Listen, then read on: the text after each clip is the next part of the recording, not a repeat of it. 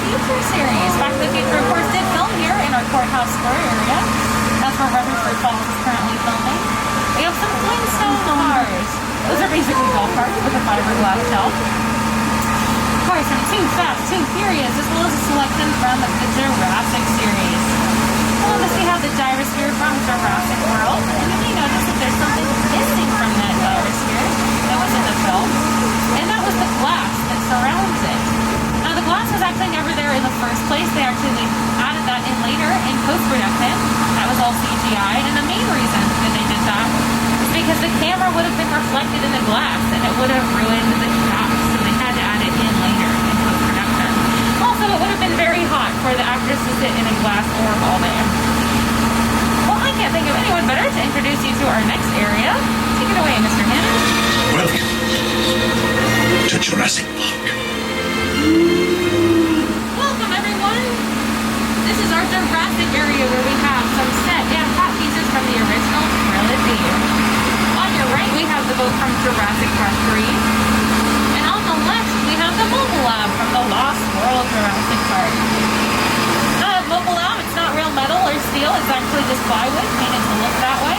Again, all about illusions here.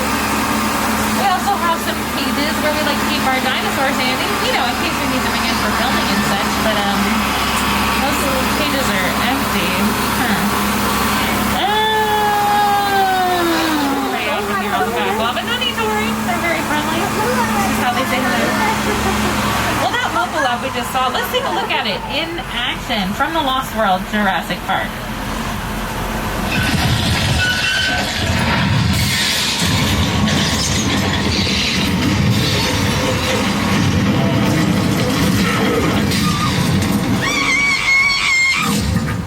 The things are not always as they seem here in Hollywood.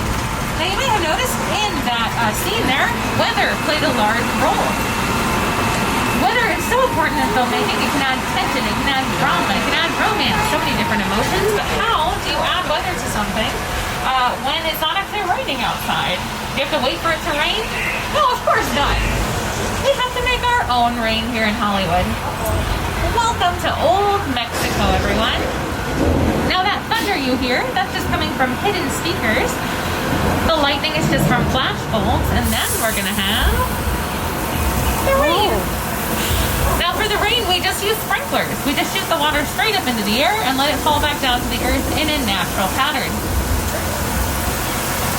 If we shot the water straight down, it wouldn't look very real, wouldn't look like rain droplets, so we shoot it up and let it fall back down. Now all in all, not terribly high-tech techniques here. Sprinklers, speakers, flash bulbs, but it gets the job done. It looks real on screen, and that's what we're going for. Now another one of my favorite effects with one of the elements, well, we're going to experience it right now.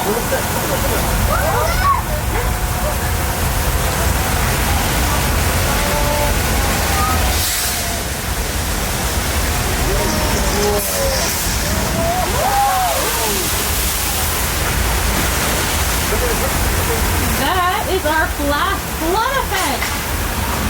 And we create that by pumping 10,000 gallons of water to the top of that hill and releasing it all at once. And you can actually see that effect in movies like Big Fat Liar, starring Frankie Muniz and Amanda Bynes and Paul Giamatti. You can't outrun a wolf, kid! Yeah, we'll see about that. I got 20 volts.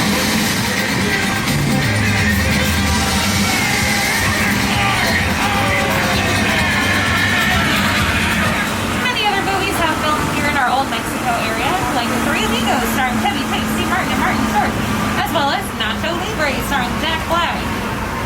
But we're now heading out of Old Mexico, and we're rolling into Six Flags, Texas.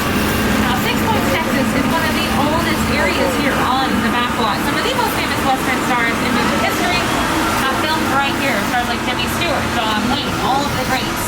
But not only have the stars of yesteryear filmed here, but the stars of today have as well. Fairly recently, we had Brad Pitt and Leonardo DiCaprio here filming for Quentin Tarantino's ninth film, Once Upon a Time in Hollywood.